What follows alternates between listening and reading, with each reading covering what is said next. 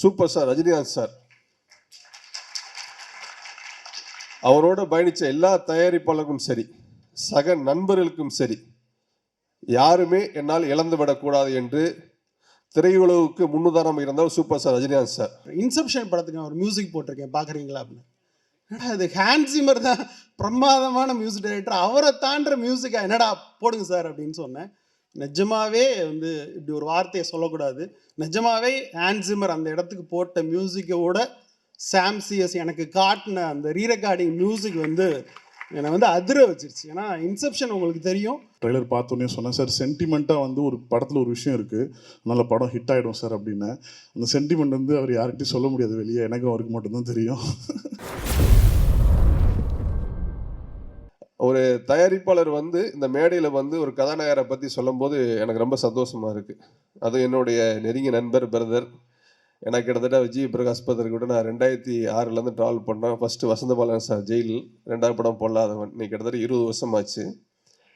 20 வருஷத்தில் வந்து ஒரு ஜி பிரகாஷ் பதர் பற்றி ஒரு ப்ரொடியூசர்ஸ் இந்த ஸ்டேஜில் சொல்லும்போது நான் ரொம்ப பெருமையாக சந்தோஷமாக நினைக்கிறேன்.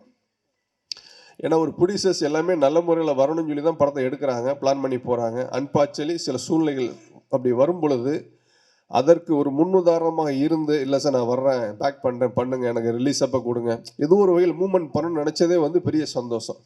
இதுக்காகவே இந்த திரையுலக சார்பில் இங்கே இருக்க எல்லாருமே ஒரு கைத்தட்டல் பண்ணிங்கன்னா அது அடுத்து வரக்கூடிய தயாரிப்பாளர்களும் சரி, அடுத்தவங்களுக்கும் ரொம்ப ஒரு உற்சாகமாக இருக்கும். இதை ரொம்ப அதிகமாக பண்ணவர் வந்து சூப்பர் ஸ்டார் ரஜினிகாந்த் சார். அவரோட பயணித்த எல்லா தயாரிப்பாளருக்கும் சரி, சக நண்பர்களுக்கும் சரி, யாருமே என்னால் இழந்து விடக்கூடாது என்று திரையுலகுக்கு முன்னுதாரணம் இருந்தால் super star Rajinikanth sir.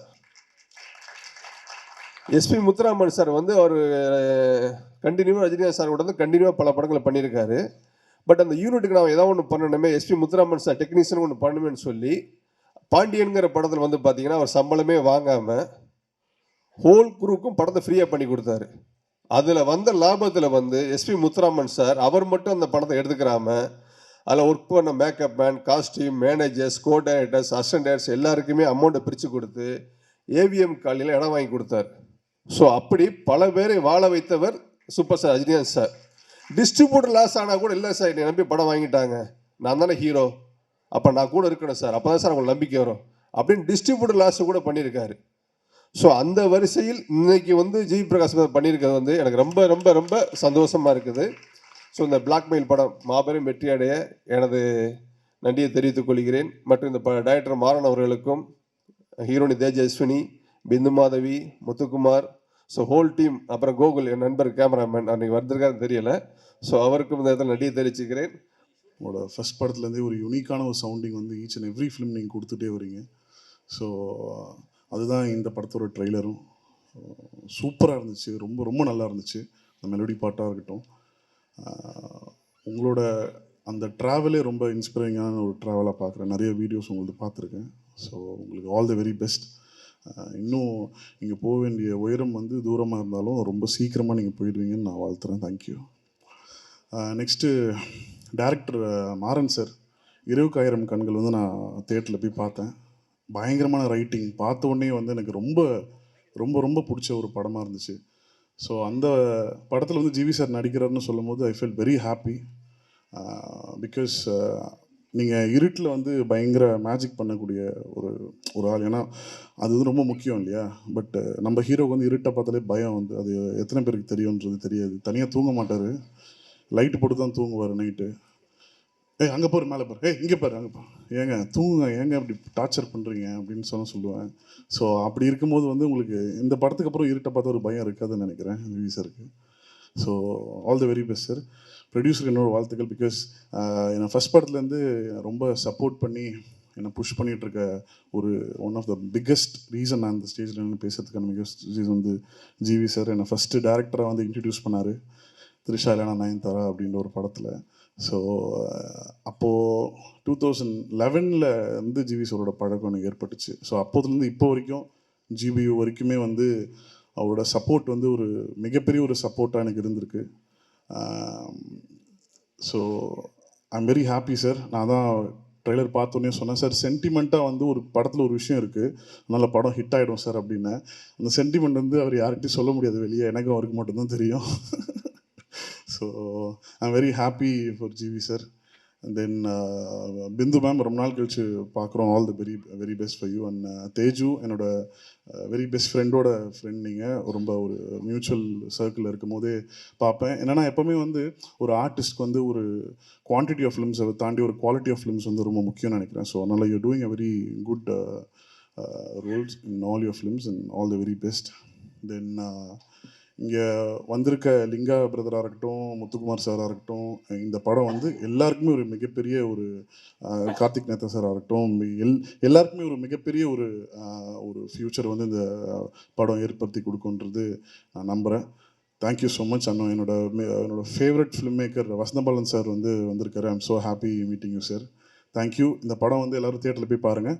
Thank you so much. பிளாக்மெயில்ங்கிற வேர்டு ரொம்ப எனக்கு இம்ப்ரெஸ் பண்ணிச்சு.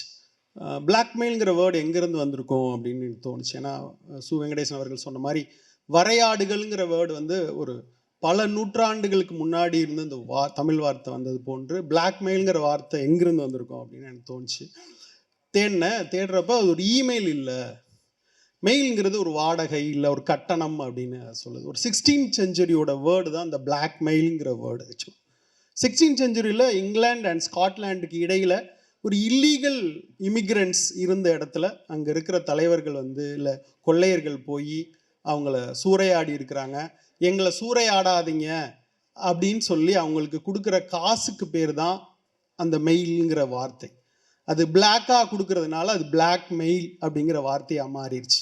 அதாவது ஒரு கட்டணம் வந்து இந்த இடத்துல என்னை என் வீட்டில் நீ திருடாத, என்னை நீ கொள்ளையடிக்காத அப்படின்னு ஒருத்தங்களுக்கு கொடுக்குற கட்டணம்ங்கிற வார்த்தை தான் அந்த மெயில் தான் அன்றைக்கி வந்து வாடகையாகி வேறு மெயிலாக மாறி அந்த பொருள் பிளாக்காக இருப்பதால் ஒரு பணமாகவோ நகையாகவோ இல்லை ஒரு மிருகமாகவோ அது பிளாக்காக இருக்கிறதுனால அந்த பிளாக்குங்கிறது மருவி ஒரு பிளாக் மெயிலாக மாறி இன்றைக்கி வந்து ஒருத்தர் இன்னொருத்தருடைய ரகசியத்தை மறைப்பதற்கு முக்கியமாக பெண்கள் உன்னை பற்றி ஒரு வீடியோவை நான் வெளியிட்டுருவேன், உன்னை பற்றி ஒரு ரகசியத்தை நான் சொல்லிடுவேன் அப்படின்னு ஒரு மனிதன் தனக்குள்ள இன்னொரு மனிதனை அதிகமாக வெறுப்பதற்கு உபயோகப்படுத்துகிற ஒரு சொல்லாக பிளாக்மெயில் மாறுகிறது. இது பெண்களை தான், பெண்கள் உடல்களை முன்வைத்து நடக்கிற ஒரு பெரிய பேரமாக இருக்குது. அப்போது அவ்வளோ இன்ட்ரெஸ்டிங்காகவும் அந்த சொல் மாறிடுது. உண்மையிலேயே வந்து பிளாக்மெயிலுங்கிற பார்க்குறப்ப வந்து ஒரு த்ரில்லருக்கான ஒரு அழகான சொல்லாக இன்றைக்கி அந்த சமூகம் அதை மாற்றி வச்சிருக்கு. குற்றத்துக்கு கூட சம்பந்தப்பட்டதாக இன்னொரு மனிதனை வேட்டையாட துடிக்கிற ஒரு சொல்லாக அந்த சொல் மாறியிருக்கு. திரையரங்கத்தை வேட்டையாடுறதுக்கான 2 ஈஸியான வழிங்கிறது வந்து ஒன்று த்ரில்லர், இன்னொன்று ஹாரர் படங்கள். தேட்டருக்கு வர ஆடியன்ஸ் 10 நிமிஷத்துலேயே பக்கத்தில் இருக்கவன்ட்ட பேசுகிறான், மொபைல் நோண்டுறான், இவங்களை எப்படி அட்டென்ஷனை சீக்கிங் பண்ணுறதுங்கிறதுக்காக கண்டுபிடிக்கப்பட்ட 2 ஒரு ஜானர்ஸ் வந்து த்ரில்லர் அண்ட் ஹாரர். அது வந்து எப்போதுமே வந்து ஒரு மெஜாரிட்டி லெவலில் அதனுடைய சக்ஸஸ் ரேட் இருந்திருக்கு. ஹாலிவுட்ல இருந்து இவ்வளோ பீரியட் நம்ம பார்க்குறப்ப ஆக்சுவலாக எனக்கு இந்த ட்ரெய்லர் பார்க்குறப்ப இதில் இருக்கிற அந்த விறுவிறுப்பும் அது வந்து ரொம்ப பிரமாதமாக இருந்துச்சு. மாறனுக்கு வாழ்த்துக்கள். ரொம்ப அது ஒரு ட்ரெய்லரை பார்க்குறப்பவே நம்மளை சீட்டு நுணுக்கி அது வந்து கொண்டு வைக்கும். அதுவும் அது குழந்தைய வச்சுக்கிட்டு நடக்கிற ட்ராமான்னு சொல்கிறப்ப ரொம்ப முக்கியமான ஒரு எமோஷன் கனெக்டையும் சேர்ந்து அது ரொம்ப பிரமாதமாக ஏற்படுத்துது. ஸோ ஐ திங்க் அந்த இது பார்க்குறப்பவே ஆடியன்ஸை மிக பெருசாக அது கவரும் நான் நம்புகிறேன். ஸோ படம் வெற்றியடைய என் மனமார்ந்த வாழ்த்துக்கள் மாறன். அப்புறம் சாம் சிஎஸ் அவர்களை பற்றி சொல்லணும். ஆக்சுவலாக விக்ரம் வேதா பிரமாதமான மியூசிக். ஆக்சுவலாக அந்த ட்ரெய்லர் வந்தப்பவே அந்த படம் வந்து தேட்டருக்கு வர வைக்கணுங்கிற அந்த மியூசிக் என் மண்டைக்குள்ள கேட்டுக்கிட்டே இருந்துச்சு. ஆக்சுவலாக இன்னமும் விக்ரம் வேதாவுடைய அந்த ரீரெக்கார்டிங்கை வந்து நான் ஓட்டிக்கிட்டே இருப்பேன். அப்படி ஒரு சந்தர்ப்பத்தில் நான் வந்து சாம் சிஎஸ் அவர்களை நான் சந்தித்தேன். அப்போ வந்து அவருடைய லேப்டாப்பை ஓப்பன் பண்ணி, சார் இன்செப்ஷன் படத்துக்கு நான் ஒரு மியூசிக் போட்டிருக்கேன் பார்க்குறீங்களா அப்படின்னு. என்னடா அது ஹான்ஸ் சிம்மர் தான் பிரமாதமான மியூசிக் டைரக்டர், அவரை தாண்டுற மியூசிக்கா, என்னடா போடுங்க சார் அப்படின்னு சொன்னேன். நிஜமாவே வந்து இப்படி ஒரு வார்த்தையை சொல்லக்கூடாது. நிஜமாவே ஹான்ஸ் சிம்மர் அந்த இடத்துக்கு போட்ட மியூசிக்கோட சாம் சிஎஸ் எனக்கு காட்டின அந்த ரீரெக்கார்டிங் மியூசிக் வந்து என்னை வந்து அதிர வச்சிருச்சு. ஏன்னா இன்செப்ஷன் உங்களுக்கு தெரியும், படம் மொத்தமுமே கிளைமேக்ஸ் அப்படி இருக்கும் பரபரப்பாக. அதுக்கு வந்து சாம்சிஎஸ் பார்க்குறப்ப இன்னும் பெரிய உயரங்களை சாம்சிஎஸ் அடைஞ்சிருக்கணும். அவருடைய படங்கள் புஷ்பா 2லாம் அவர் தான் பிரமாதமான ஒரு ரெக்கார்டிங் பண்ணியிருந்தார். ஸோ இந்த படம் சாங்ஸ் ப்ளஸ் எல்லாம் சேர்ந்து சாம்சிஎஸ்க்கு இன்னொரு பெரிய உயரத்தை தரும். நான் சாம்சிஎஸை மனமாற வாழ்த்துறேன். அப்புறம் ஜிவி மை டார்லிங் அப்படிங்கிற வார்த்தையை நாங்கள் தான் ஒரு 17 வயசில் நாங்கள் சொல்ல ஆரம்பித்தோம். ஆர் உதயகுமார்கிட்ட வந்து என் பையன் சின்ன பையனாக இருக்கான் அனுப்ப மாட்டேன் அப்படின்னு அவங்க அப்பா சொன்ன மாதிரி என்கிட்ட வரப்பையும் ஜிவி வந்து ஒரு சின்ன பையனாக தான் ஒரு நாங்கள் வந்து எங்கள் ஆஃபீஸில் நான் வந்து டார்லிங் அப்படின்னு தான் பல முறை அதை உபயோகப்படுத்திக்கிட்டே இருப்போம். கண்ணுக்கு முன்னாடி ஒரு 17 வயசு பையனோட பார்த்த இந்த ஜிவி அவருடைய வளர்ச்சியை பார்க்குறப்ப நிஜமாவே பெரிய மகிழ்ச்சியாக இருக்குது. எனக்கு ஒரு வாய்ப்பு கிடச்சிச்சு ஜிவியோட வேலை செய்கிறதுக்கு அப்படின்னு தான் நான் எப்பயுமே நம்புவேன். நான் படம் பண்ணலாட்டிலும் ஜிவி வந்து வேறு யார் மூலியமாவது இவ்வளோ பெரிய உயரத்தை தொட்டு இருப்பார்னு நான் எப்பயுமே நம்புகிறேன். அதுக்கு பின்னாடி ஜிவியோடைய டேலண்ட்டோடு சேர்த்து இந்த டார்லிங்னஸ் அப்படின்னு சொல்வேன். எல்லாருமே சொன்னாங்க, யாரையும் வெறுக்காத, யார்கிட்டையும் கோவப்பட்டுறாத, யாரையும் மோசமாக ட்ரீட் பண்ணிடாத ஒரு குணத்தை நான் பார்த்துக்கிட்டே இருக்கேன். சமீபத்தில் அவருடைய ஃபேமிலி விஷயத்தில் வந்து எவ்வளோ மெச்சூரிட்டியாக நடந்துக்கிட்டாரு அப்படின்னு நான் வந்து ஒரு வீடியோ பார்த்துட்டு ஃபோன் பண்ணி சொன்னேன், இவ்வளோ மெச்சூரிட்டி இந்த வயசில் அப்படின்றப்ப ரொம்ப ஆச்சரியமாக இருக்குது ஜிவி. ரொம்ப ரொம்ப சந்தோஷமாக இருக்குது. ஒரு ஹியூமனை பக்கத்தில் பார்க்குறப்ப ரொம்ப சந்தோஷமாக. இவ்வளோ பெரிய உயரத்தில் இருந்து இன்னொருத்தங்களை ஈஸியாக இல்ட்ரீட் பண்ணிடலாம். ஆனால் ரொம்ப ஒருத்தருடைய நேரம் என்பது எனக்கு ரொம்ப முக்கியம் சார். எனக்கு கால் பண்ணிவிட்டு அடுத்த நாள் மறக்காமல் கூட அடுத்த நாள் கூட நான் கால் பண்ணி பேசிடுவேன். அதுதான் ஜிவி. தயாரிப்பாளர்கள் அவர்கள் முதல்ல சொன்னாங்க விட்டு கொடுத்தாங்கன்ட்டு. எனக்கு தெரிஞ்சு நடிகரா, மியூசிக் டைரக்டரா அவர் விட்டு கொடுத்த படங்கள் எனக்கே 2 படம் இருக்குது. 2 படத்துக்கு அவர் இல்லைன்னா படமே ரிலீஸ் ஆயிருக்கு. அவ்வளோ ஒரு பிரமாதமான ஹியூமன். ஒரு செகண்ட் கூட யோசிக்க மாட்டாப்புல. அந்த மொமெண்ட்டை நான் பார்த்துருக்கேன். சார் இந்த மாதிரி இருக்கு, பண்ணிடலாம், நான் என் மேனேஜர்கிட்ட சொல்லி விட்றேன், நான் கேட்கணும், அது எதுவுமே கிடையாது. என் போன படத்துக்கு கேட்டவா பண்ணிடலாம் சார். ஒரு செகண்ட் கூட யோசிக்காத அந்த தருணம் வந்து ரொம்ப அரிதான தருணம். ஒரு இண்டஸ்ட்ரிக்குள்ளே இப்படி சில மனிதர்களை பாதுகாக்கணும்னு நினைக்கிறேன்.